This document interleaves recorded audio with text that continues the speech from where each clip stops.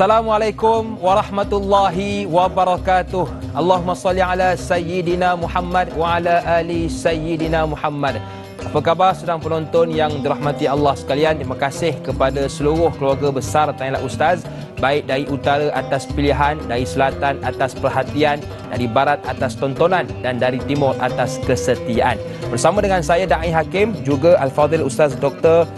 Muhammad Nizam Abdul Qadir yang akan bersama dengan kita pagi ini dalam membahaskan satu topik yang sangat menarik, iaitu hubungan etnik.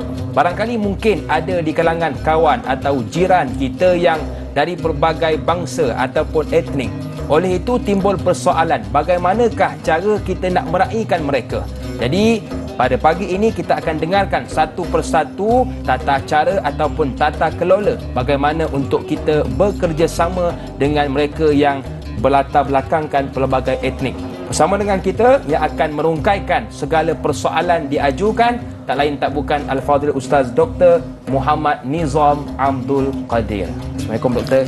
Waalaikumsalam warahmatullahi wabarakatuh. Terima kasih kepada doktor yang sudi bersama dengan kita pada pagi ini.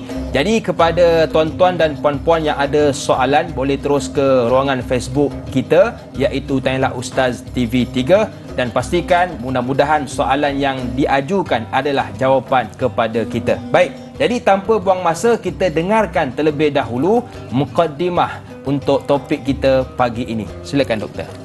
Bismillahirrahmanirrahim. Assalamualaikum warahmatullahi wabarakatuh.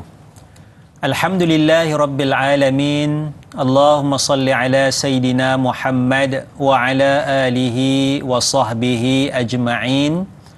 Subhanaka la ilma lana illa ma 'allamtana innaka antal alimul hakim.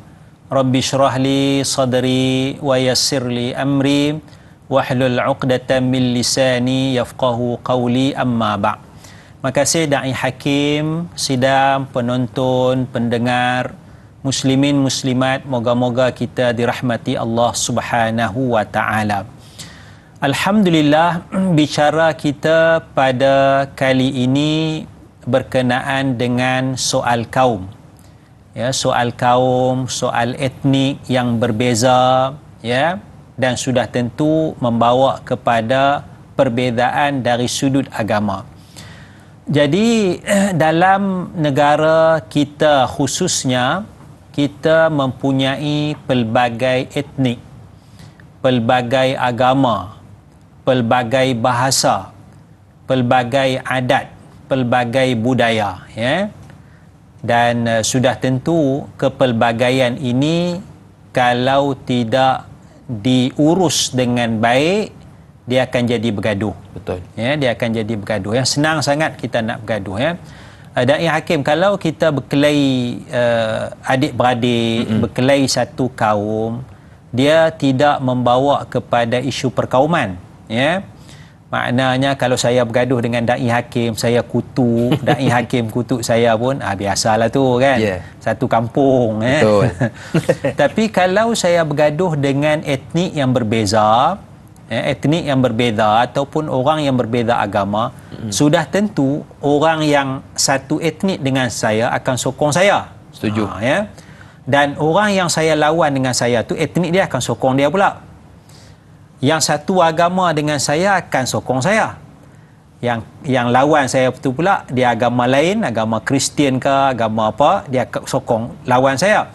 Jadi bermusuh dari sudut etnik, bermusuh dari sudut kaum, bermusuh dari sudut agama, ya. Jadi ini masalah besar, ya. Masalah besar. Jadi sebab itu kita nak melihat bagaimana hubungan etnik ini dari sudut fiqahnya, dari sudut tata cara yang ada dalam Quran, dari sudut tata cara yang ada di dalam sunnah Rasulullah sallallahu alaihi wasallam. Asas yang pentingnya ialah kita tidak boleh mengubah kaum, kita tidak boleh mengubah etnik, kerana itu fitrah yang Allah Subhanahu wa taala jadikan. Berdasarkan firman Allah Subhanahu wa taala, iaitu Allah Ta'ala menyatakan Allah menjadikan kita ni syu'uban wa qabaila. Allah Ta'ala menjadikan kita berpuak-puak, kaum-kaum, etnik-etnik, qabail, kabilah-kabilah itu, adakah Allah nak suruh kita satukan? Ya, nak semua dalam negara ni jadi Melayu semua? Kalau duduk negara Arab semua kena jadi Arab? Ya, tidak. Allah jadikan kita berbeza etnik, berbeza kaum, berbeza suku kaum dan sebagainya ni li ta'arafu. Hikmah kejadian yang berbeza ini supaya kita saling kenal mengenal di antara satu sama lain. Bukan untuk litaqtulu, bukan untuk bunuh membunuh. Ya, bukan lituqatilu, bukan untuk saling perang berperang, bukan. Tapi lita'arafu, untuk kenal mengenal di antara satu sama lain. Jadi asasnya ialah perbezaan kabilah, perbezaan etnik, perbezaan bahasa dan sebagainya itu adalah satu kejadian daripada kejadian-kejadian Allah Subhanahu wa taala. Wallahu a'lam. Baik, jadi antara tanda kebesaran Allah Subhanahu wa taala adalah Allah jadikan kita ini terdiri daripada pelbagai etnik untuk kita saling kenal berkenalan. Baik, kita terus ke soalan pertama dari sahabat kita Nur Dahliah Biru. Assalamualaikum Ustaz dan Dai serta semua kru, tanyalah Ustaz. Waalaikumsalam. Ada dua soalan doktor. Yang pertama, bagaimanakah perhubungan kaum etnik ketika di zaman Rasulullah sallallahu alaihi wasallam? Kita beralih ke yang kedua, bagaimanakah penghormatan yang Rasulullah sallallahu alaihi wasallam tunjukkan terhadap kaum etnik yang penganutnya bukan beragama Islam? Mohon pencerahan Ustaz. Terima kasih. #biar tahu jangan keliru. Bismillahirrahmanirrahim. Ya. Persoalannya bagaimana perhubungan kaum etnik pada zaman Rasulullah sallallahu alaihi wasallam. Ya. Pada zaman Nabi sallallahu alaihi wasallam, khususnya di Madinah, ya, khususnya di Madinah dan begitu juga khususnya di Habsyah. Ya. Sebab kalau kita kata di Mekah itu memanglah ditindas, ya, ditindas, ya. Tapi apabila para sahabat berhijrah ke Habsyah, ya, para sahabat berhijrah ke Habsyah, di sana ada sahabat-sahabat yang bangsa Arab dan penduduk di Habsyah yang Afrika lah, Habsyah, ya. Para sahabat beragama Islam dan orang Habsyah beragama Nasrani. Di situ sudah ada perbezaan, ya. Tetapi kehidupan mereka adalah kehidupan yang harmoni, ya, kehidupan yang harmoni. Maknanya para sahabat lari hijrah dari Mekah yang ada kezaliman itu, hijrah ke Habsyah kerana saranan daripada Rasulullah sallallahu alaihi wasallam, ya. Najasyi, raja Habsyah, melayan orang yang berhijrah ini dengan baik, memberi tempat tinggal, memberi apa kita kata untuk peluang ekonomi, cari makan, peluang untuk beriman, peluang untuk mengamalkan agama.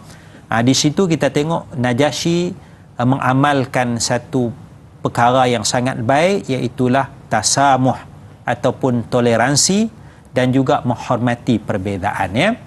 Maknanya Najasyi tidak memaksa para sahabat untuk masuk ke dalam agama Nasrani, ya. Itu satu. Yang keduanya kita lihat di Madinah Al-Munawwarah, ya, di Madinah Al-Munawwarah bagaimana Rasulullah sallallahu alaihi wasallam ini bertoleransi, tasamuh dan menghargai perbezaan. Maka di Madinah ketika itu adanya golongan Yahudi. Di Madinah ketika itu mungkin ada golongan musyrikin, mungkin ada, ya. Di Madinah ketika itu ada golongan munafik. Tetapi Rasulullah sallallahu alaihi wasallam menghargai perbezaan itu dan Rasulullah tidak menzahirkan permusuhan, ya. Maknanya kalau munafik itu, ya, Rasulullah tahu ini orang munafik tetapi zahirnya mereka muslim, maka Rasulullah sallallahu alaihi wasallam melayan mereka dengan baik. Jadi Yahudi kekal dengan agamanya, orang munafik menzahirkan keislaman yang mungkin ada sembah berhala, semua itu tidak ada masalah.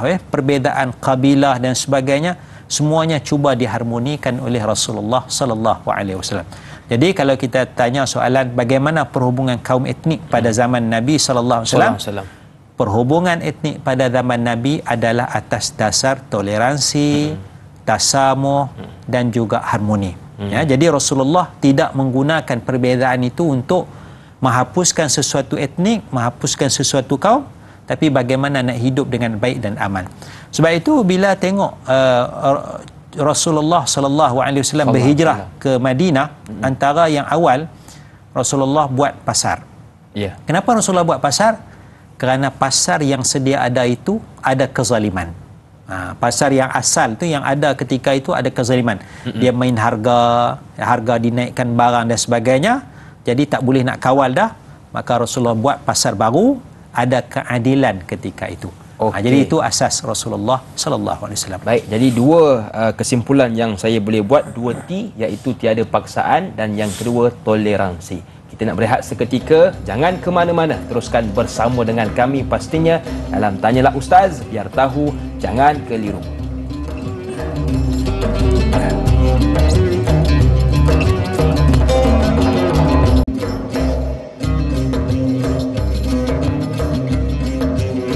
Kembali bersua dalam Tanyalah Ustaz, biar tahu jangan keliru, bersama dengan saya Da'i Hakim, juga guru kita yang mulia Al-Fadhil Ustaz Dr. Muhammad Nizam Abdul Qadir, membicarakan topik fiqh iaitu hubungan etnik. Tadi kita sudah menjawab soalan pertama dari sahabat kita Nur Dahlia Biru, cuma soalan kedua belum terjawab. Jadi kalau boleh saya bacakan semula. Berkaitan bagaimanakah penghormatan yang Rasulullah sallallahu alaihi wasallam tunjukkan terhadap kaum etnik yang penganutnya bukan beragama Islam. Baik, bismillahirrahmanirrahim. Dia ada beberapa riwayat lah sebenarnya. Tapi saya nak sebut satu riwayat yang berkenaan dengan golongan bukan Muslim. Disebut di dalam hadis tentang perkataan zimmi. Zimmi ni maknanya orang bukan Islam yang hidup amal lah, yang ada taat setia, janji taat setia, disebut sebagai zimmi. Maknanya bagaimana Rasulullah memberi layanan? Kata Rasul dalam riwayat hadis, man aza zimmiyan faqad azani.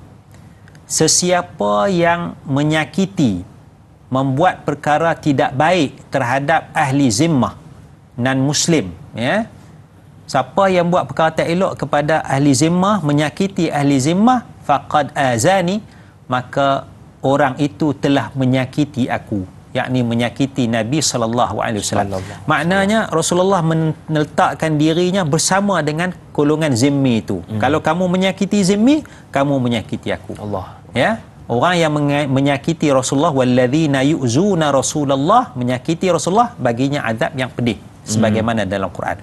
Jadinya Rasulullah mengangkat, maknanya sahabat tak boleh buat perkara tak elok kepada non-muslim kerana kita akan menyakiti Rasulullah sallallahu alaihi wasallam. Ini maknanya satu penegasan yang sangat tegas daripada Rasulullah sallallahu alaihi wasallam, mesti menjaga hubungan etnik dengan sebaik-baiknya. Tak kiralah dia Yahudi ke, dia munafik ke, dia musyrikin ke apakah, dia ahli zimmah, dia warga ahli zimmah sekarang ni tuan-tuan kita terjemah sebagai warga negara lah.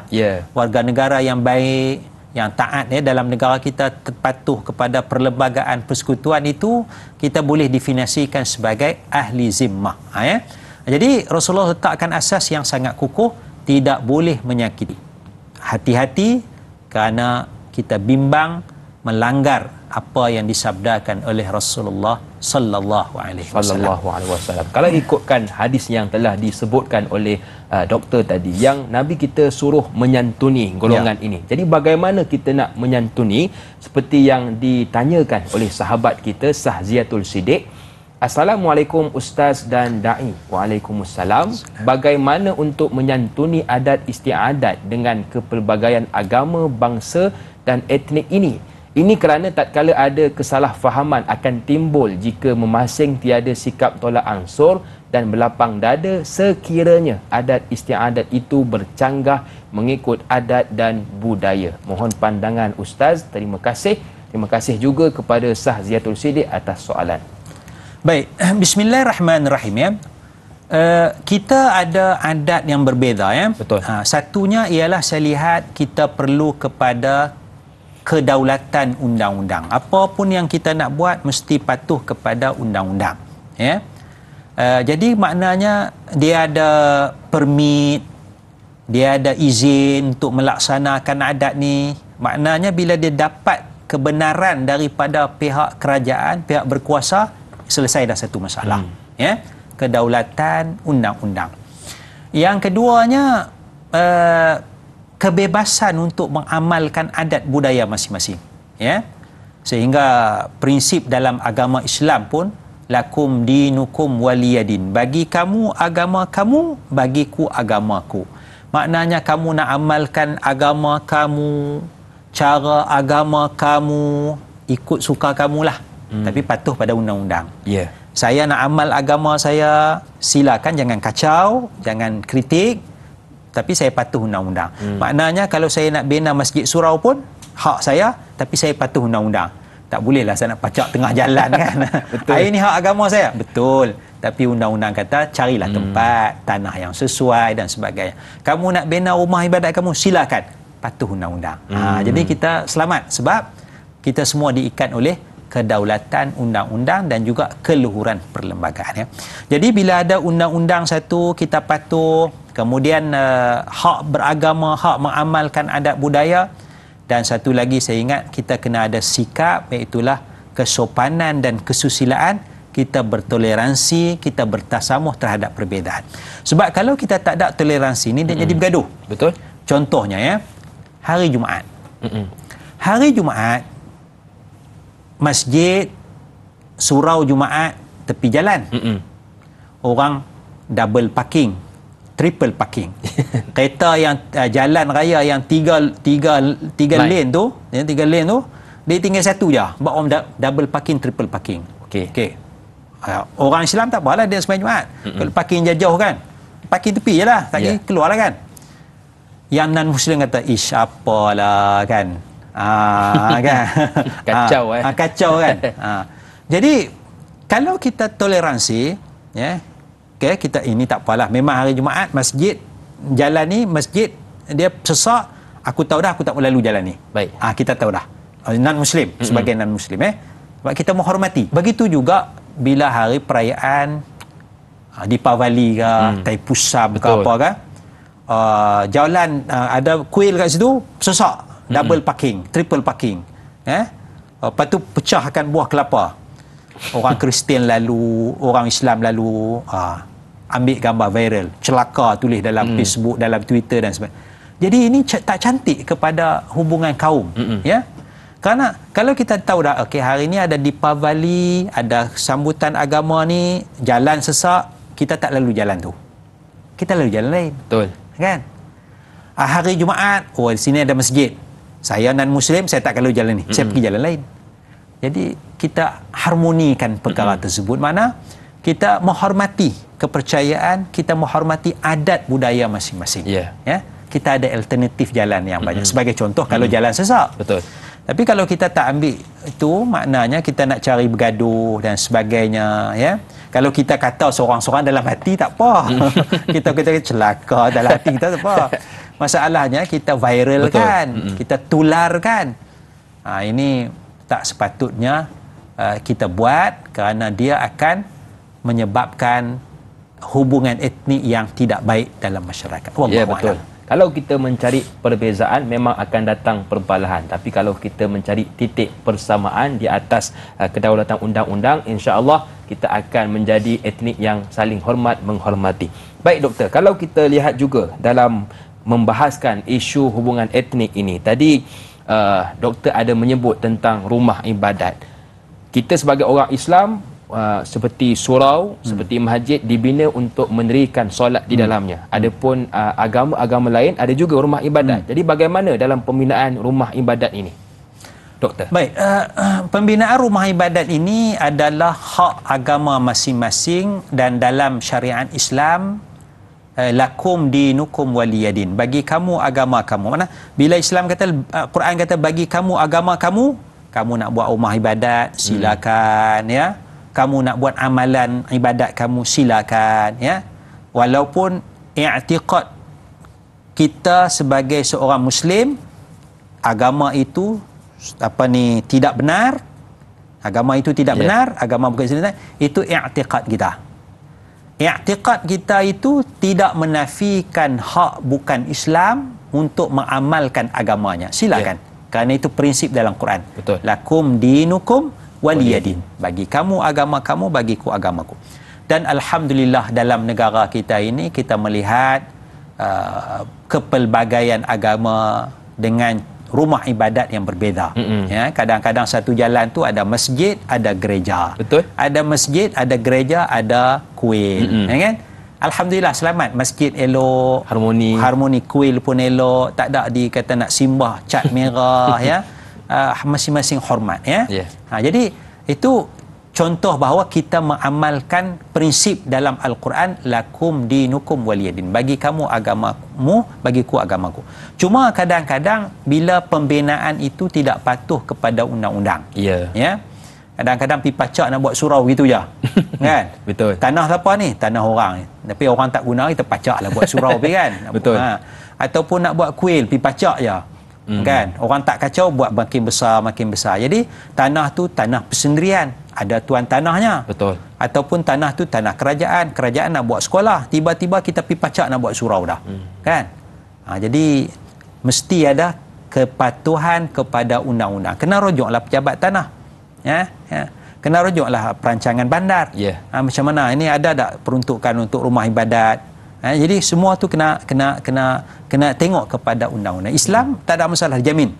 Ya, bagi kebebasan tapi mesti ada kepatuhan kepada undang-undang. Wallahu alam. Baik, saya tertarik dengan soalan sahabat kita Laila Dila Rosa. Ayuh kita lihat bersama.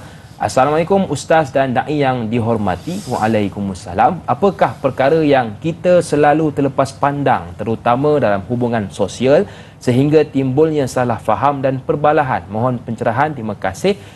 #biar tahu jangan keliru. Contoh doktor kalau boleh saya bagi tentang laungan azan ataupun ceramah. Jadi bagaimana doktor? Baik.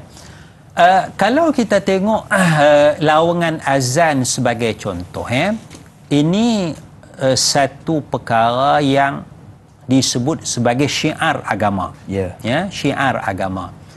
Dan ia adalah hak agama Islam, dan agama Islam itu terjamin di dalam perlembagaan persekutuan kita, perkara 3 kalau tak silap. Islam adalah agama persekutuan. Baik.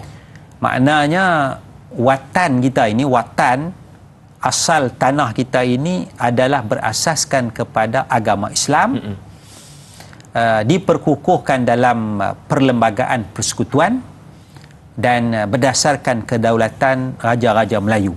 Ya, maknanya asas tu dah ada kukuh. Ya. Jadi kalau dalam konteks negara kita, kita tak boleh kacau. Baik. Ya, tak boleh kacau. Ya.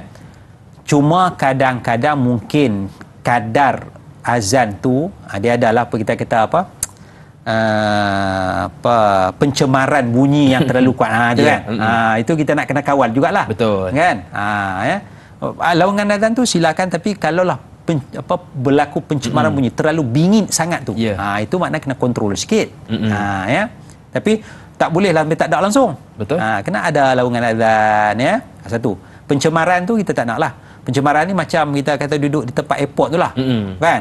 Kita tak pakai tu kan. Allah, sakitnya telinga. Yang itu pencemaran. Tapi kalau sekadar biasa, itu tak ada masalah. Ya, satu.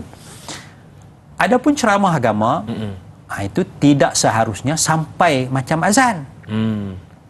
Itu sudah mengganggu. Sebab ceramah agama ni 30 minit, 1 jam.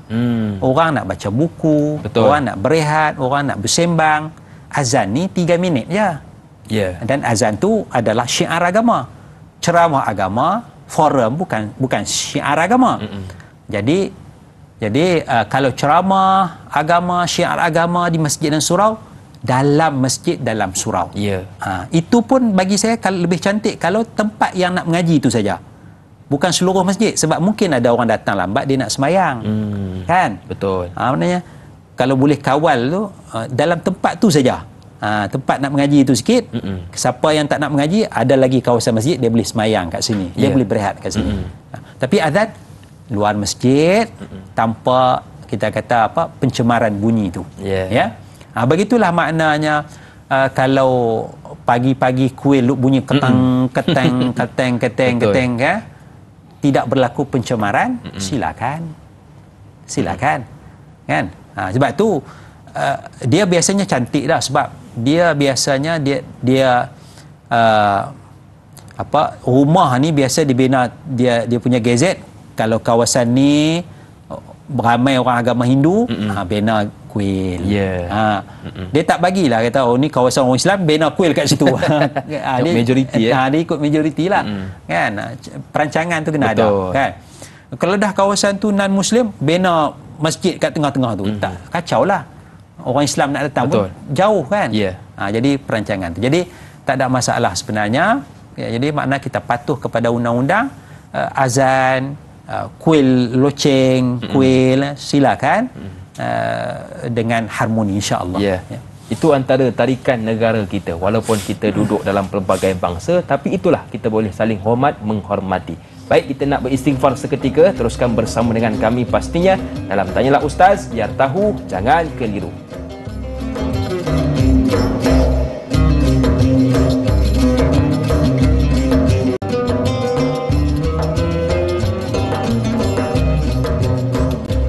Sedang penonton yang dirahmati Allah sekalian, orang tua dulu selalu menasihatkan kita, sama etnik saling hormati, habis hilang sengsara di hati. Sama etnik saling meraih, segala perbezaan dapat diharungi. Sama etnik jauhi kelahi, setiap generasi terasa harmoni. Terima kasih kepada sedang penonton yang masih lagi sudi bersama dengan kami dalam Tanyalah Ustaz, biar tahu jangan keliru. Ayuh, kita teruskan soalan pagi ini. Kali ini pula datang dari sahabat kita bernama Jura Azlin Sufyan. Assalamualaikum Ustaz, Da'i dan semua. Waalaikumsalam. Soalan saya, apakah asas-asas hubungan sosial dalam Islam? Yang kedua, apakah yang akan berlaku sekiranya perbezaan etnik ini dibawa ke arah kebencian, ketamakan dan egoisme? Betul ke saya sebut tu? Maafkan kalau salah. Dalam kehidupan kita sekarang ini. Mohon pencerahan. Terima kasih. #biar tahu jangan keliru. Baik, bismillahirrahmanirrahim ya. Apakah asas-asas hubungan sosial ya? Hubungan ialah sesama manusia ini, antaranya ialah sifat adil. Ya, sifat adil. Kerana Allah menyatakan, a'udzubillahi minasyaitanirrajim, innallaha ya'murukum an tu'addul amanati ila ahliha. Sesungguhnya Allah Subhanahu wa taala menyuruh kamu menunaikan amanah kepada ahlinya, dan apabila kamu berhukum, hendaklah kamu berhukum dengan adil. Ya, jadi sifat adil, keadilan itu adalah satu perkara yang sangat-sangat penting. Apa dia adil? Adil ini ditafsirkan, didefinisikan oleh para ulama kita, wad'u syai', meletakkan sesuatu pada tempatnya. Ya, meletakkan sesuatu pada tempatnya, bukan bagi sama, tidak. Meletakkan sesuatu pada tempatnya. Contohnya, kalau kita kata saya pakai songkok ni kan, kalau adil, anak lelaki kita bagi songkok, anak perempuan kita bagi tudung. Betul. Ya, itu adil, meletakkan sesuatu pada tempatnya. Kalau sama, anak lelaki pun bagi songkok, anak perempuan pun bagi songkok, itu sama saja. Betul. Tidak adil. Jadi kita nampak perbezaan, tapi perbezaan itu sebenarnya adil. Meletakkan sesuatu pada tempatnya. Contoh songkok untuk anak lelaki, tudung untuk anak perempuan. Tak sama, tapi adil. Jadi adil itu satu perkara yang penting. Dalam sejarah Islam, kita melihat bagaimana umat Islam mengamalkan keadilan ini. Contohnya menarik, contoh di antara Sayyidina Ali radhiyallahu anhu dengan seorang Yahudi. Ya. Sayyidina Ali ini dia ada satu baju besi. Dia ada satu baju besi, dan baju besi ini hilang. Baju besi Sayyidina Ali ini dijumpai oleh seorang Yahudi. Yahudi itu ambil. Tapi Sayyidina Ali kenal baju besi itu milik dia. Bila Sayyidina Ali jumpa baju besi tu, Sayyidina Ali kata, ini baju saya, baju besi saya. Ya. Yahudi kata, tak, ini saya punya. Jadi bergaduh dah. Masa tu Sayyidina Ali khalifah. Khalifah. Ya. Khalifah ni maknanya atas macam Perdana Menteri, lebih Perdana Menteri lah. Kan? Boleh je Sayyidina Ali kerah tentera kan. Betul, ambil je lah. Ambil je kan. Pukul Yahudi tu. Tak. Jadi bila berlaku perbezaan ni, Sayyidina Ali kata baju besi ni milik saya, Yahudi kata bukan. Bawa ke mahkamah. Okey. Bawa mahkamah. Sayyidina Ali pergi mahkamah. Mendakwa kata ini baju besi saya. Hakim masa tu Hakim Shuraih. Hakim yang masyhur dengan sifat adilnya, kebijaksanaannya. Oleh kerana Sayyidina Ali yang bawa kes, dia dakwa ini baju besi saya, maka hakim kata prinsip Islam kamu kena bawa bukti. Al-bayyinatu 'alal mudda'i. Bukti keterangan atas orang yang mendakwa. Walaupun dia khalifah. Walaupun dia khalifah. Sayyidina Ali kata saksi saya ialah anak saya. Sayyidina Hasan atau Sayyidina Husain. Ya. Itu yang akan kata ini memang baju bapa saya. Qadhi Shuraih kata anak tak boleh jadi saksi bagi bapak dah. Bahasa itu kroni ni mesti tolong bapaknya. Contoh gitulah. Tak ada bukti. Tak ada bukti, Sayyidina Ali kalah. Cerita dia lebih ringkas gitulah. Sayyidina Ali kalah. Pasal tak ada orang lain lah. Anak nak jadi saksi, qadhi, hakim tak terima. Sayyidina Ali kalah. Bila Sayyidina Ali kalah, Sayyidina Ali tak apalah, ambil lah. Kamu kata baju besi, taklah nak maki, caci Yahudi tu kan. Tak ada. Saya ni keluar kalah. Hakim tidak menyokong khalifah. Hakim berpegang pada prinsip keadilan. Sayyidina Ali tidak menggunakan kuasa untuk merampas. Allahu Akbar. 3 pengajaran ni. Dan inilah yang diamalkan oleh para sahabat, oleh Nabi SAW, oleh tabi'in dan sebagainya, sejarah umat Islam. Keadilan itu. Jadi asas sosialnya kita mesti adil. Betul. Itu satu contoh. Yang keduanya mungkin kita kata sifat rahmah, sifat rahmat. Wa ma arsalnaka illa rahmatan lil alamin.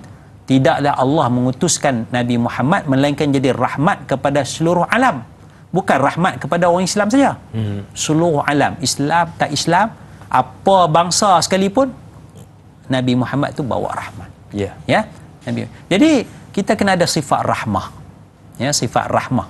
Jadi bila dengan sifat rahmah ni lah kita akan tolong orang.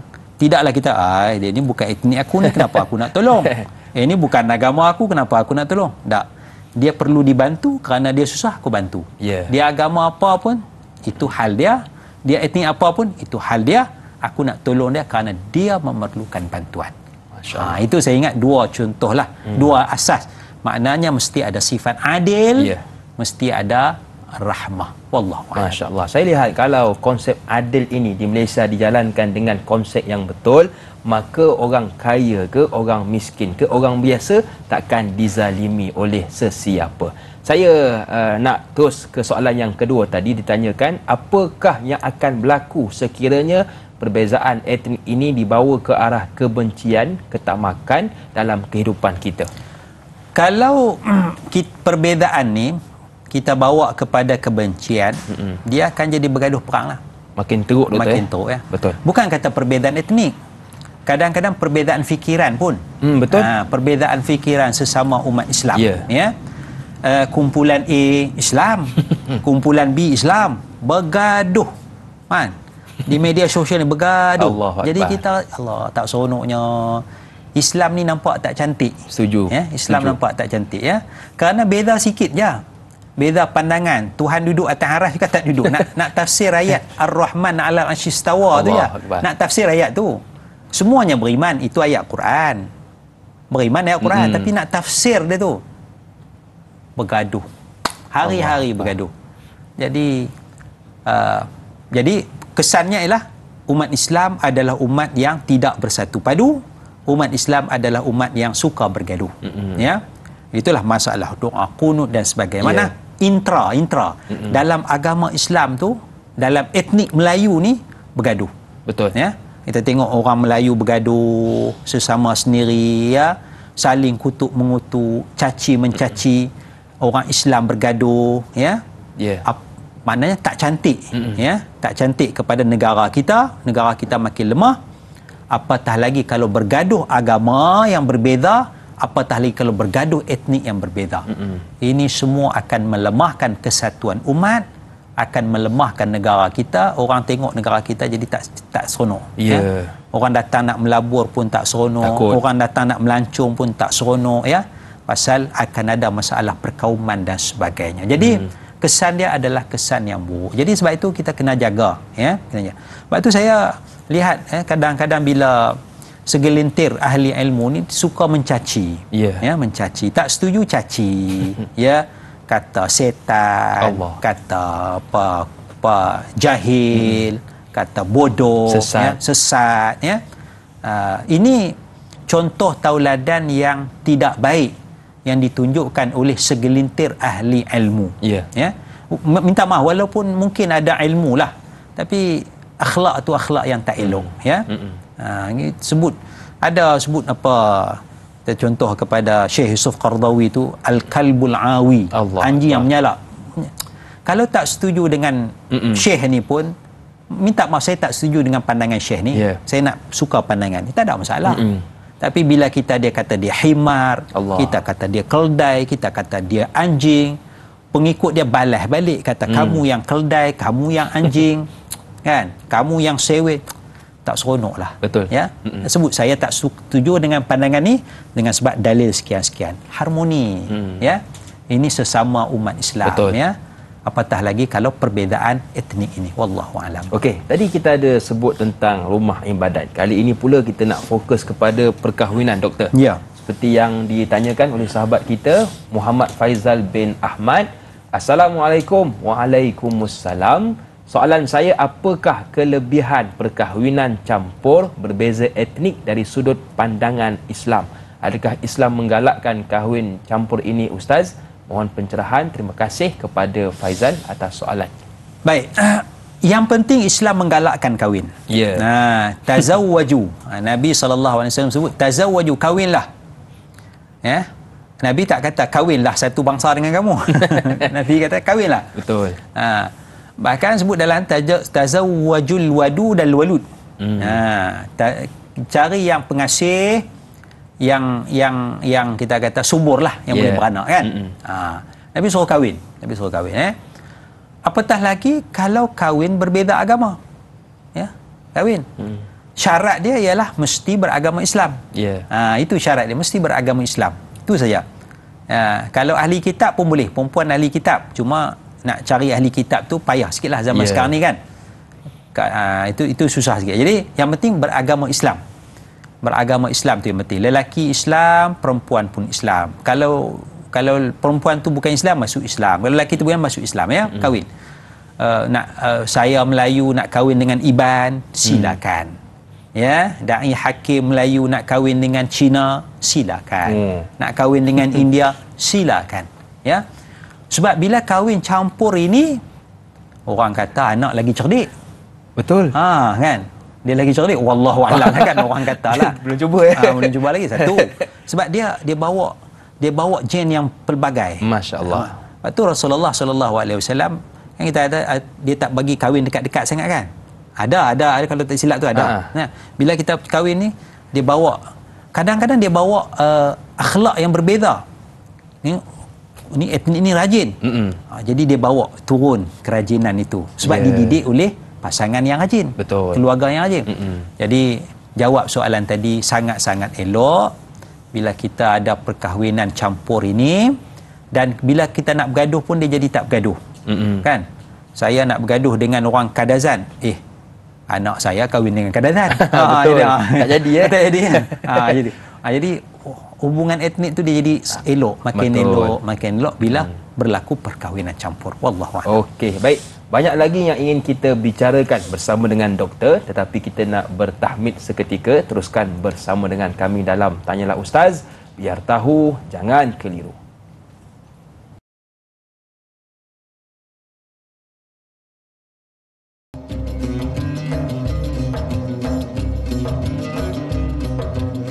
Kembali bersua dalam Tanyalah Ustaz, biar tahu jangan keliru. Buat anda yang mungkin baru bersama dengan kami, kita sedang membahaskan topik fiqh berkaitan hubungan etnik bersama dengan Dr. Nizam Abdul Qadir. Baik, kita dah bicarakan tentang rumah ibadat, tentang perkahwinan. Kali ini pula kita nak beralih kepada makanan seperti yang ditanyakan oleh Mazni Hasan. Ayuh kita lihat soalannya. Assalamualaikum Ustaz dan Da'i. Waalaikumsalam. Jika kita diberikan sejenis makanan dari bangsa dan agama lain, macam mana caranya kita hendak menolak pemberiannya agar tidak tersentuh hati dengan tindakan kita? Mohon pencerahan Ustaz. Terima kasih. Terima kasih kepada Mazni atas soalan. Baik, bismillahirrahmanirrahim. Sebelum saya nak jawab soalan ni, saya nak ni balik tentang perkahwinan campur tadi tu. Saya ingat Nabi SAW menunjukkan kepada kita contoh perkahwinan campur. Misalnya isteri Nabi Maryah Al-Qibtiyah dari Mesir. Dari Mesir satu. Itu makna jauh dah tu. Mesir dengan Madinah tu jauh tu. Maryah Qibtiyah. Qibtiyah ni Koptik lah. Ya, satu. Kemudian salah seorang lagi isteri Nabi ialah Safiyah. Safiyah ni kalau tak silap Yahudi asalnya, kan? Jadi mana itu dua contoh bagaimana Rasulullah sallallahu alaihi wasallam mengamalkan perkahwinan campur. Ada contohnya, ya, itu sebagai tambahan kepada perkahwinan campur tadi itu. Baik, kemudian berbalik kepada isu makanan, ya, makanan dari bangsa lain, ya. Asasnya ialah makanan tu halalan tayyibah. Makanan tu halal, makanan tu tayyib, yakni elok. Itu je asas dia. Bangsa apa yang prepare, sediakan makanan, doesn't matter. Tak jadi masalah pun. Saya nak pergi makan kedai Cina. Makanan tu halal ke tak halal? Kan? Kalau makanan tu halal, maknanya Cina tu Muslim sebagai contoh, dia tahu hukum halal, tak ada masalah. Kan? Kerana yang penting makanan tu halal, bukan disediakan oleh orang Islam. Makanan tu halal. Yalah, tapi secara mudahnya kalau orang Islam sediakan biasanya halal lah. InsyaAllah. InsyaAllah. Kalau yang non-Muslim sediakan, itu yang kita bimbang. Tapi prinsip makanan tu halal. Baik. Ya. Jadi kalaulah kawan kita, dia beli mi goreng daripada kedai Pak Abu. Pak Abu tu Muslim. Dia beli sebungkus harga RM6, dia bagi pada kita. Nah, ni mi Pak Abu, dia beli kedai Pak Abu. Pemberian daripada non-Muslim. Baik. Halal tak? Halal. Pasal kita tahu, kita pun makan kedai Pak Abu tu juga. Betul. Cuma kawan ni beli hadiah dari kita. Tak ada masalah. Pasal dia tahu. Kalau dia beli kedai non-Muslim, kita mungkin kembang tekak sikit lah. Jadi dia faham kita pun faham dia. Baik. Ya. Jadi makanan tu halal. Kalau kita pergi rumah kawan kita non-Muslim, dia pancuh air Milo, air teh, dia bagi biskut 4 segi. Halal? Halal. Pasal di rumah pun kita makan biskut 4 segi lah. Tak ada masalah. Air Milo pun di rumah kita makan ya. Teh tarik di rumah pun kita buat ya. Tak ada masalah. Jadi kita nak pastikan. Cuma bila dia beli tu kedai yang tak ada sijil halal, secara mudah tak ada sijil halal, ya. Jadi itu yang kita nak kena berhati-hati sikitlah. Kita kena tanya dia ni halal ke ni? Kalau dia kata halal, dia pun faham hukum halal, kan? Tapi kalau dia kata ini tak ada pork, tak ada babi, belum tentu halal lagi. Betul. Itu nak kena pastikan itu, ya. Kalau makanan tu makanan yang dimasak bersama oleh keluarga kita, non-Muslim, maknanya ayam sembelih, rempah pun tak ada masalah, makanan tu halal. Baik. Sekarang katalah kita was-was, dia bagi makanan tu, kita terima dulu. Baik. Kita terima, ya. Kalau kita tak boleh nak makan, kita bagi kepada orang lain. Ya. Kawan kita bagi, halal ke tak halal makanan ini. Halal ke tak. Kalau dia bagi buah tak ada masalah. Baik. Kan? Dia bagi coklat tak ada masalah. Gula-gula tak ada masalah. Ni makanan ni, mi goreng ni, ayam ni macam mana ni? Daging ni daging apa ni? Kita bimbang kan? Betul. Kita rasa tak boleh nak makan. Kita boleh tolak dengan baik. Ataupun kita ambil, kita bagi kepada orang lain. Ya. Yang non-Muslim. Kita lalu dekat tempat security guard tu, kita bagi. Betul. Makanan tu elok. Cuma kita bimbang. Ya. Kita bimbang. Itu antara yang boleh kita lakukan. Jangan kita berbazir, kita buang tong sampah. Sayang makanan tu. Kerana makanan tu boleh dimanfaatkan oleh orang lain. Kita boleh bagi kepada non-Muslim yang lain. Betul. Untuk dia gunakan. Ya, makan benda tu ya. Jadi janganlah kita mudah-mudah letak tong sampah ya. Dia bagi banyak mana pun kita ambil buang tong sampah. Pembaziran kepada sumber makanan. Ya, Allahu a'lam. Baik. Jadi kalau kita yakin maka makan sajalah. Kalau tak yakin mungkin kita boleh berikan kepada non-Muslim yang lain. Baik, kita beralih kepada soalan Maitun. Assalamualaikum Ustaz dan Da'i. Waalaikumsalam. Perlukah kita menyantuni dan mewujudkan kesefahaman antara satu sama lain sedangkan mereka sendiri tak hormat budaya kita? Mohon pencerahan Ustaz. Ya, orang tak hormat kita. Ya. Adakah kita tak perlu hormat dia? Ya. Ya. Sini saya tertarik kepada satu sabdaan Nabi sallallahu alaihi wasallam. Ya, wala takhun man khanaka. Jangan buat khianat terhadap orang yang khianat akan kamu. Jangan buat khianat terhadap orang yang khianat akan kamu. Orang khianat kepada saya, adakah saya nak khianat balik kepada dia? Orang khianat kepada saya, adakah saya nak khianat kepada dia? Nabi kata jangan khianat terhadap orang yang khianat kamu. Dia buat khianat memang salah. Tapi jangan khianat kepada dia. Yeah.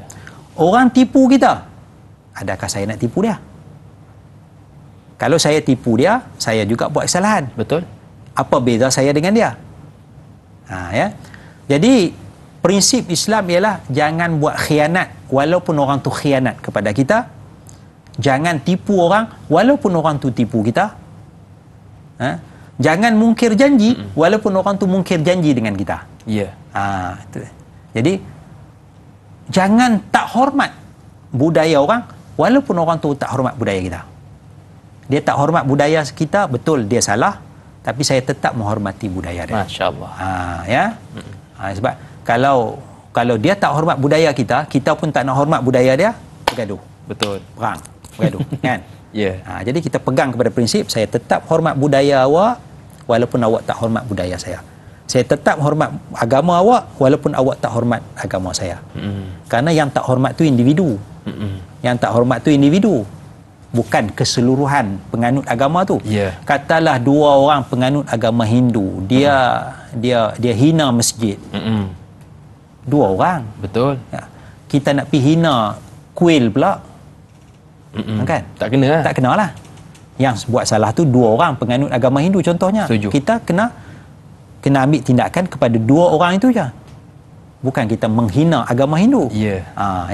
Jadi itu kena jelas dari sudut prinsipnya itu. Ya. Jadi saya nak mengajak hormatlah budaya orang, hormatlah adat orang, walaupun orang tak hormat budaya kita, itu kesalahan dia, kita ambil tindakan kerana tidak menghormati itu. Allahuakbar. Antara perkara yang sukar untuk kita buat ialah orang buat buruk kita balas baik. Tapi kalau boleh buat, kita orang yang luar biasa. Baik, Pak Suli Romli bertanya kepada doktor tentang Assalamualaikum Ustaz dan Da'i yang dihormati. Waalaikumsalam. Soalan saya, bagaimanakah untuk meraihkan kesaksamaan dan perbezaan kepelbagaian kaum majoriti atau minoriti yang mendiami negara kita? Adakah pendatang yang tinggal di Malaysia juga dikira sebagai etnik? Mohon pencerahan Ustaz. Terima kasih. #biar tahu jangan keliru. Ya. Baik, kita ada majoriti, kita ada minoriti, ya. Semua tu adalah kita kata warga negara kita, ya. Semua adalah warga negara dan semua ada hak yang telah ditetapkan di dalam perlembagaan dan juga di dalam undang-undang negara kita, ya. Jadi kita kena hormatlah. Kita kena hormat masing-masing, ya. Alhamdulillah, maknanya dalam negara kita kita nak raya korban, ya, ada cuti sikit. Kita ada Raya Fitri, ada cuti sikit. Kita ada sambutan tahun baru, ada cuti sikit. Kita ada Deepavali, cuti sikit. Kita ada Christmas cuti, kita ada Gawai cuti. banyak cuti dalam negara kita ni, ya. Tak apalah, kita menghormati perbezaan tersebut, ya. Kita menghormati perbezaan tersebut. Itu penting, ya. Jadi tak perlu kita nak bangkit. Kenapalah nak cuti hari Gawai ni? Tak apalah, itu hak, ya. Ambillah peluang cuti itu, kita pergi melancong, ya. Kita menjana ekonomi. Betul. Ya. Kita mengucapkan selamat, ya. Kenapalah cuti Deepavali? Tak apalah, ya. Maknanya hari raya kita orang Islam, kita cuti, dia pun cuti. Betul. Hari raya dia cuti, dia nak buat ritual agama, kita cuti, kita pergi melancong. Betul. Masing-masing, ya. Jadi penghormatan itu satu perkara yang sangat penting. Kalau kita cuba kacau hak masing-masing, ya, hak etnik, hak nak mengamalkan agama, hak berpakaian, contoh dan sebagainya, dia akan jadi pergaduhan. Sebab itu Rasulullah sallallahu alaihi wasallam tidak memaksa. Ya, tidak memaksa. Mereka nak pakai, maknanya Yahudi nak buat apa, Yahudi nak makan apa, Yahudi nak pakai apa, ya, itu terserah kepada masing-masing. Betul. Ya. Itu akhlak ataupun prinsip yang ditunjukkan oleh Rasulullah sallallahu alaihi wasallam. Baik. Doktor, tadi kita ada sebutkan sedikit tentang kadang-kadang ada 2-3 orang dalam satu agama ini buat kacau bilau terhadap agama yang lain. Jadi bagaimana kita nak menghadapi provokasi terhadap agama kita ataupun terhadap agama orang lain? Ya. Kalau ada provokasi, ya. Kalau ada provokasi, di sini kita sebagai rakyat kena bersatu bahawa kita tidak membenarkan tindakan provokasi ini. Betul. Ya? Tak kira apa agama sekalipun. Ya. Katalah kita orang Islam, adalah 1-2 orang Islam ni menghina agama Hindu, menghina agama Kristian, kita kena berdiri teguh, perbuatan orang Islam ni salah. Ya, pasal menghina agama. Ya. Kerana Al-Quran menyatakan wala tasubbul ladzina yad'una min dunillah. Jangan kamu caci, jangan kamu hina mana-mana sembahan selain daripada Allah. Maknanya jangan hina mana-mana agama. Jadi walaupun ada 1 orang 2 Islam hina agama Hindu, hina agama Kristian, kita kena berdiri teguh, perbuatan dia salah. Okey. Kalau ada 2-3 orang beragama Hindu hina agama Islam, hina agama Kristian, kita kena berdiri teguh, perbuatan itu salah. Okey. Jangan kita sokong dia ni agama kita ni, kita sokong dia lah. Jangan. Dia hina kaum. Ada orang Melayu hina orang Cina, kita kena berdiri teguh, perbuatan dia salah. Ada orang Cina hina orang Melayu, kita kena berdiri teguh, perbuatan menghina orang Melayu salah. Okey. Itu prinsip tu kena jaga. Baik doktor, banyak lagi yang ingin kita bincangkan, tetapi Tanyalah Ustaz di TV3 akan berakhir di sini. Teruskan bersama dengan kami selepas ini, pastinya di TV9 Tanyalah Ustaz, biar tahu jangan keliru.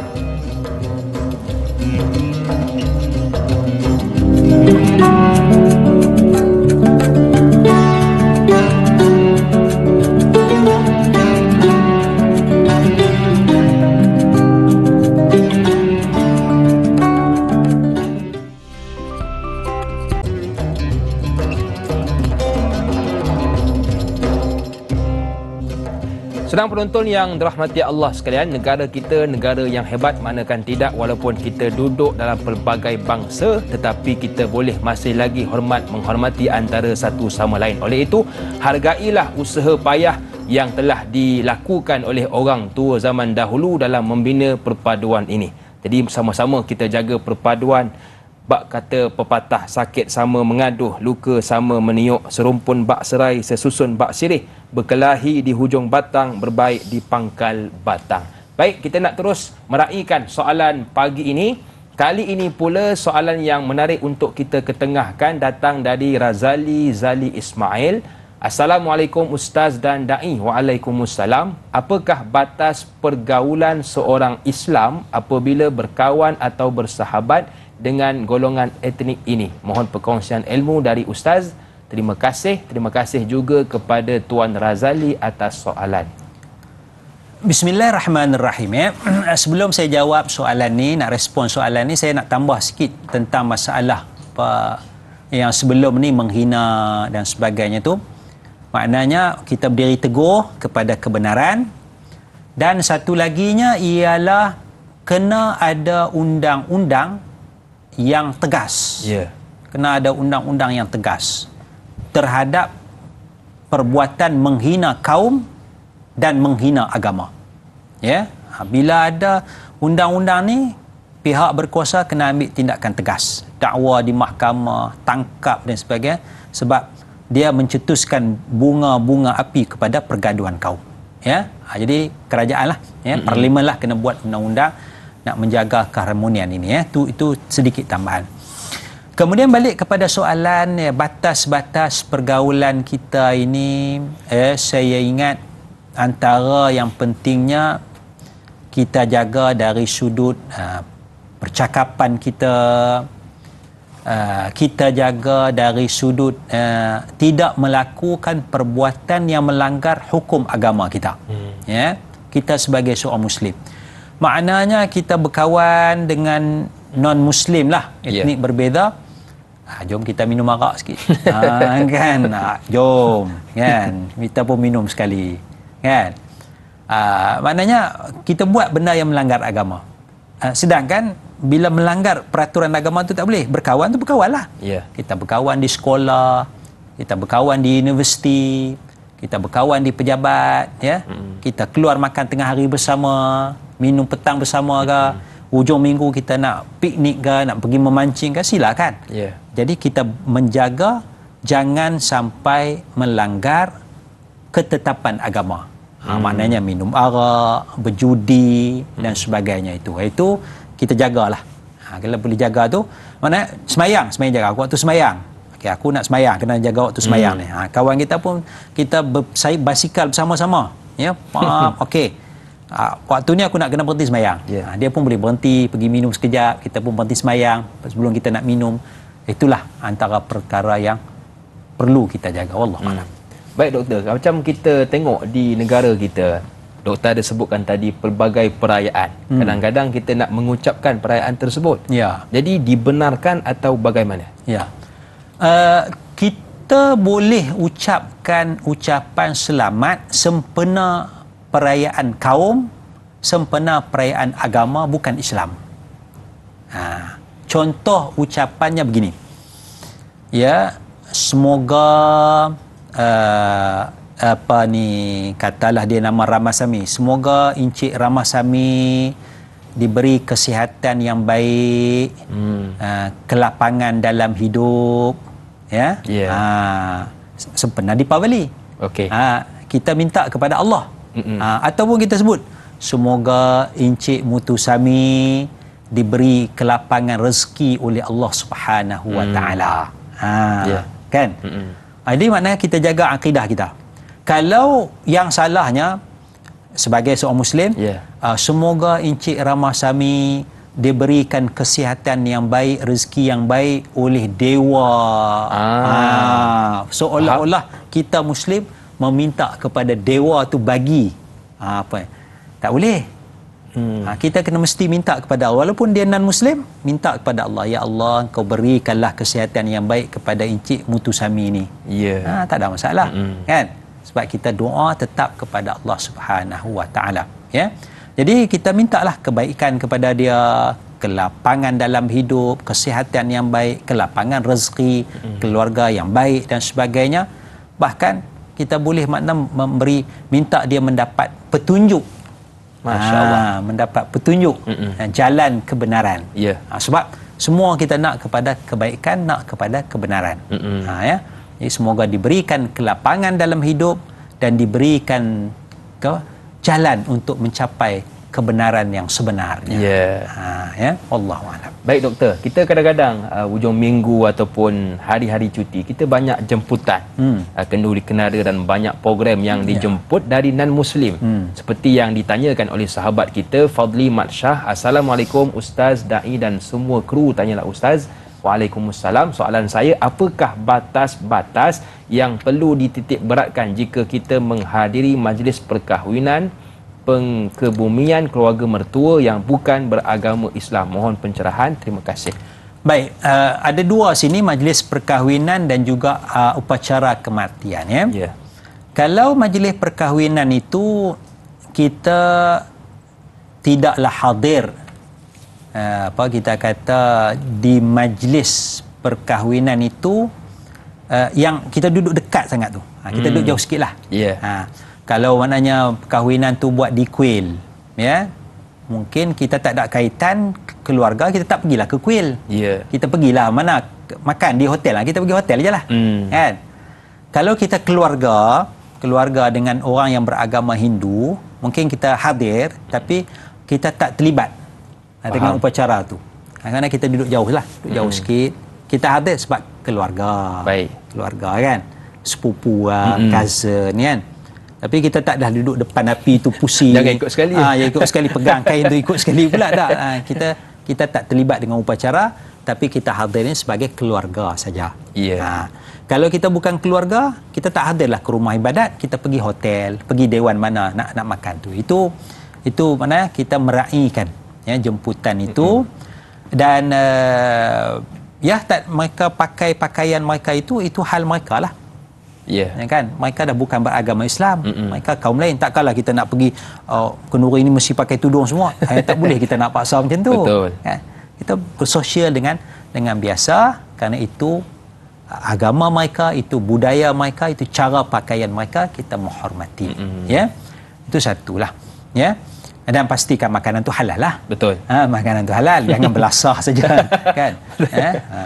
Yang kedua, perkempumian pun sama. Maknanya kita digalakkan menziarahi bila ada kematian, walaupun non-Muslim, dan kita digalakkan memberi ucapan takziah, ya, ucapan takziah, moga bersabar menghadapi ujian kematian ini, ya.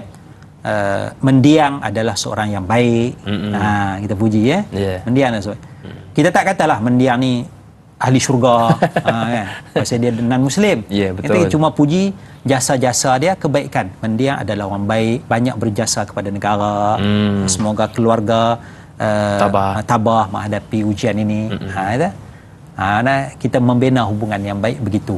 Ya, tidaklah kita nak tengok prejudis kepada kematian itu, ataupun kita bergembira, Masya Allah seronok dia mati, kan? Musuh Allah mati, musuh Islam. Kan? Tak perlulah.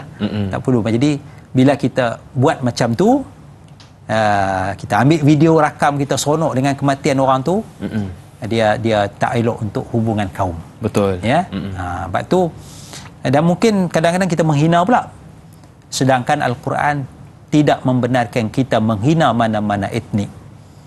Ya, dalam Al-Quran Allah Ta'ala menyatakan la yaskhur qaumun min qaumin. Sebut perkataan qaum tu.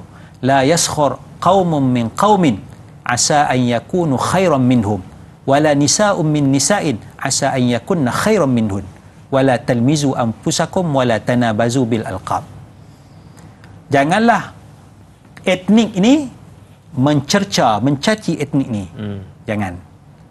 Boleh jadi etnik kaum yang dicerca, dicaci ini lebih baik daripada yang mencaci. Okey? Jangan hina mana-mana kaum, ya. Janganlah wanita, contoh wanita sini, menghina mana-mana wanita, kerana boleh jadi wanita yang dihina itu lebih baik. Masya Allah. Allahuakbar. Okey, baik doktor, kita nak bertakbir sekali lagi. Kepada tuan-tuan, teruskan bersama dengan kami, jangan ke mana-mana, pastinya dalam Tanyalah Ustaz. Biar tahu, jangan keliru.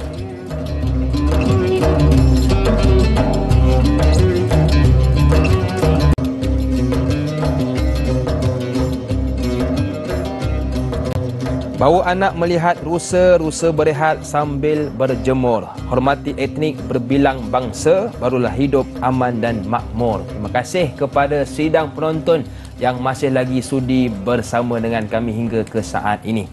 Baik, saya suka dengan soalan yang ditanyakan oleh sahabat kita Sirna. Assalamualaikum Ustaz Dr. Muhammad Nizam Abdul Qadir, Da'i Hakim dan penonton setia Tanyalah Ustaz. Waalaikumsalam. Soalan saya, dalam kepelbagaian etnik yang berbilang bangsa agama, Malaysia merupakan satu-satunya negara yang unik di dunia. Sudah tentu ianya akan menimbulkan cemburu dan iri hati sesetengah pihak luar. Bagaimana dan apakah usaha kita untuk mengekalkan keharmonian sesama etnik ini? Terima kasih. Terima kasih juga kepada Sirna atas soalan. Baik, apakah usaha kita ya untuk mengekalkan keharmonian ini ya? Dia ada kaitan keharmonian ini dengan perpaduan ya. Dan negara kita sebenarnya belum mencapai tahap perpaduan yang sepatutnya. Ya. Sebab itu kena ada usaha yang lebih giat lagi. Misalnya kita kata bahasa. Yeah. Ya. Untuk menjaga keharmonian ini, salah satu aspeknya ialah kita setiap warga negara Malaysia mesti menggunakan bahasa kebangsaan, mendaulatkan, berpegang teguh kepada bahasa kebangsaan kita. Bahasa etnik masing-masing jagalah. Tapi maknanya di parlimen, di sekolah, di universiti, dalam kenderaan awam, majlis-majlis pelbagai kaum menggunakan satu bahasa, itu bahasa kebangsaan. Ya. Bila kita duduk sembang, ya, orang ni cakap bahasa bukan bahasa kebangsaan, kita tak faham. Dia kata kat aku kan, dia kutuk aku kan. Dia jadi prejudis tu. Betul. Tapi bila semua duduk, walaupun etnik beza, semua cakap satu bahasa aja, bahasa kebangsaan, kita rasa lapang, boleh bergaul. Betul, boleh sembang. Ya? Boleh sembang. Ni kita nak bersembang pun, dia tak cakap bahasa kebangsaan. Betul. Sorry, I cannot speak Malay. I cannot speak Malay. Kan? Jadi tak seronok. Jadi sinilah maknanya tanggungjawab pihak kerajaan untuk memperkukuhkan bahasa kebangsaan. Dia kena bermula daripada bawah, daripada sekolah lagi. Sekolah rendah tu. Ya? Maknanya pendidikan kita, sekolah kebangsaan kena diperkukuhkan, diperbanyakkan, dan perlu ada peralihan daripada sekolah yang bukan kebangsaan kepada sekolah kebangsaan, sikit demi sedikit. Ya, maknanya berapa peratus ni mesti ada. Ya, itu sangat penting. Itu tanggungjawab kerajaan. Kalau kerajaan tak buat tu, maknanya akan jadi masalah lah. Ya, itu satu. Yang keduanya, kita nak memperteguhkan itu, kita kena tengok dari sudut mengenali budaya yang berbeza, agama yang berbeza, etnik yang berbeza. Ya. Jadi bila dah bahasa mudah, senang, jadi yang lain-lain tu dia akan ikut serta. Pendidikan pun sekali. Bila pendidikan kita tak sekali, sekarang sekolah kebangsaan lain, sekolah yang bukan kebangsaan lain, dia dah terpisah dah. Yeah. Sekolah menengah pun lain. Bila universiti baru nak bertemu. Dia dah tak boleh nak buat apa dah. Dia dah jadi rebung buluh. Melentur buluh dia ada rebung. Dia dari sekolah rendah tu. Bila betul. Sekolah rendah tu dia buta etnik. Dia buta agama, dia kawan baik je. Tapi bila dia naik universiti baru nak campur, dia tak ready lah. Kan? Ajarlah pelajaran etnik ke, pelajaran budaya ke, dia belajar untuk lulus je, dia bukan nak menghayati. Jadi kena bermula daripada bawah dan satu. Sebab tu kalau kita pergi Thailand, orang Islam di Thailand, selatan Siam tu, selatan Thailand, Melayu. Tapi nama mereka nama Siam. Nama Islam ada, tapi nama Siam ada. Mereka bercakap bahasa Siam. Bahasa Melayu boleh, tapi cakap bahasa Siam. Kita tak tahu dia ni Islam ke tak Islam ke. Kan ada seorang Dr. Surin tu orang Islam, tok guru pondok, tapi dia menteri luar Thailand, dia setiausaha ASEAN. Dr. Surin cakap mati baru kita tahu dia Islam. Kan? Pasal dia jati diri seorang Thailand, seorang Thai, rakyat negara Siam. Kan? Jadi begitulah kalau kita pergi mana-mana negara sekalipun, ya, pergi duduk UK ke, mesti bercakap bahasa Inggeris. Jati diri dia, kan? Itu saya ingat bahasa tu sangat penting. Wallahualam. Tadi kita ada sebut doktor tentang persamaan antaranya dalam bab kemanusiaan.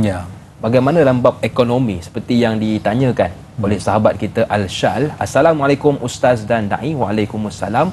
Adakah prinsip-prinsip persamaan keharmonian itu merangkumi nilai-nilai kemanusiaan, undang-undang dan hak ekonomi? Mohon Ustaz kongsikan. Terima kasih kepada Al-Syal atas soalan. Ya, samalah ya kemanusiaan ya. Contoh kita kata kita nak bagi bantuan, ya, nak bagi bantuan. Ada hadis Rasulullah sallallahu alaihi wasallam. La tatasaddaqu illa ala ahli dinikum. Apa maksud dia? Jangan bagi derma bantuan melainkan kepada orang yang agama dengan kamu. Mana Nabi beritahu sahabat, kamu Islam, bila nak sedekah bagi bantuan, cari orang Islam saja. Jangan bagi kepada non-Muslim. Awal, mula-mula. Tetapi Allah Subhanahu wa taala mewahyukan, laisa alaika hudahum walakinnallaha yahdi man yasha. Bukanlah tugas kamu wahai Nabi Muhammad untuk bagi hidayah, Allah yang akan bagi hidayah. Apabila ayat ni diwahyukan, Nabi Muhammad batalkan balik perintah awal. Perintah awal bagi kepada sedekah kepada orang yang satu agama, Nabi batalkan. Tujuan Nabi itu nak tarik kepada iman, nak baik bayar. Tapi bukan itu caranya. Bagilah bantuan, dia agama apapun bagilah atas dasar kemanusiaan. Itu satu contoh dalam Islam. Maknanya kita jangan tengok dia ni non-Muslim ni, rumah dia banjir, kita nak tolong lah. Ni non-Muslim tak usah tolong lah. Kita pergi orang Islam. Tak, yang Islam kita pergi, yang non-Muslim pun kita pergi. Pasal masing-masing perlukan bantuan. Yang ni rumah terbakar Islam, yang ni pun terbakar Islam, kita bantu. Kerajaan bantulah. Kita sebagai Muslim ni bantu tanpa mengira agama. Kalau kita bantu non-Muslim pun bukan apa-apa, bukan masuk Islam pun. Bukan tugas kita dia masuk Islam tak masuk Islam. Tugas kita bagi bantuan, tugas kita dakwah. Dia masuk Islam, alhamdulillah. Dia tak masuk Islam pun bukan urusan kita lagi. Ya. Begitulah makna undang-undang. Tak bolehlah kita nak bezakan, susah juga nak bezakan. Kalau mencuri, orang Islam mencuri, denda dia banyak ni, kalau non-Muslim denda dia lagi berat. Tak bolehlah. Betul. Dia kena adil. Ya. Barulah kita akan harmoni. Kalau kita double standard, dia akan jadi masalah. Ya. Tapi kalau yang pasal agama kita itu lainlah, syariah lah. Mahkamah syariah, sebab dia tak masuk dengan non-Muslim, tak terlibat dengan hukum syariat kita. Kan? Tapi kalau yang bukan syariah tu, yang lain-lain tu undang-undang jalan raya. Ya. Haji pakai serban tak didenda, yang pakai sing pakai tu akan didenda, disaman. Oleh kerana kita adil undang-undang, orang Islam pakai serban dikecualikan daripada pakai topi keledar, sing yang pakai turban dia pun dikecualikan. So, kita meraihkan. Wallahu a'lam. Baik. Okey, doktor, kita pun sudah berada di penghujung rancangan. Tanya Ustaz kesimpulan untuk merangkumi perbincangan pagi ini. Baik, bismillahirrahmanirrahim. Antara perkara yang boleh kita tekankan secara ringkasnya, bahawa Islam menjaga perpaduan, Islam menjaga keharmonian, ya, Islam meraihkan perbezaan agama, Islam menghormati perbezaan etnik, perbezaan kaum. Ya. Jadi kita hiduplah dengan aman, damai, bersatu padu, walaupun kita berbeza agama, berbeza etnik. Ya. Tetapi pada masa yang sama, kita perlu membina jati diri kita sebagai satu negara bangsa. Maknanya berbahasa dengan satu bahasa kebangsaan. Ya. Masing-masing ada dialek masing-masing, tapi masing-masing menjunjung tinggi bahasa kebangsaan, menjunjung tinggi rukun negara, menjunjung tinggi perlembagaan negara kita. Ya. Itu asas-asas negara kita tu kita kena jaga sungguh-sungguh, di samping kita meraihkan perbezaan kita ini. Ya. insya-Allah kita akan hidup dengan aman, harmoni. Wallahu a'lam. Dan doa penutup doktor bagi menyebut keberkatan, silakan. Bismillahirrahmanirrahim. Alhamdulillahirabbil alamin. Allahumma salli ala sayidina Muhammad wa ala alihi wa sahbihi ajma'in. Amin. Allahumma ighfir lana dzunubana wa liwalidina warhamhuma kama rabbayana shighara. Jami'al muslimin muslimat wal mu'minina wal mu'minat bi rahmatika ya arhamar rahimin. Allahumma ja'al baladana aminan mutma'innan rakha'an sabiqin. Rabbana atina fid dunya hasanah wa fil akhirati hasanah wa qina adzabannar. Wa sallallahu ala sayidina Muhammad wa ala alihi wa sahbihi. Walhamdulillahi rabbil alamin. Amin, amin ya rabbal alamin. Terima kasih kepada doktor yang sudi bersama dengan kita. Jadi ayuh, tuan-tuan dan puan-puan, jagalah persaudaraan yang telah dibina. Jangan kita bergaduh, jangan kita berkelahi. InsyaAllah jikalau kita saling hormat, menghormati, kita boleh hidup dalam keadaan yang aman dalam tempoh yang begitu panjang. Kepada tuan-tuan dan puan-puan, apa yang telah disebarkan oleh doktor, ayuh sama-sama kita sebarkan juga kepada sahabat maupun ahli keluarga kita. Mudah-mudahan memberi manfaat kepada kita semua. Teruskan menonton Tanyalah Ustaz pada setiap pagi dengan topik yang berbeza. Mudah-mudahan kita mendapat ilmunya. Akhir kata dari saya, senyum nampak gigi, ada rezeki. Kita berjumpa lagi. Assalamualaikum warahmatullahi wabarakatuh.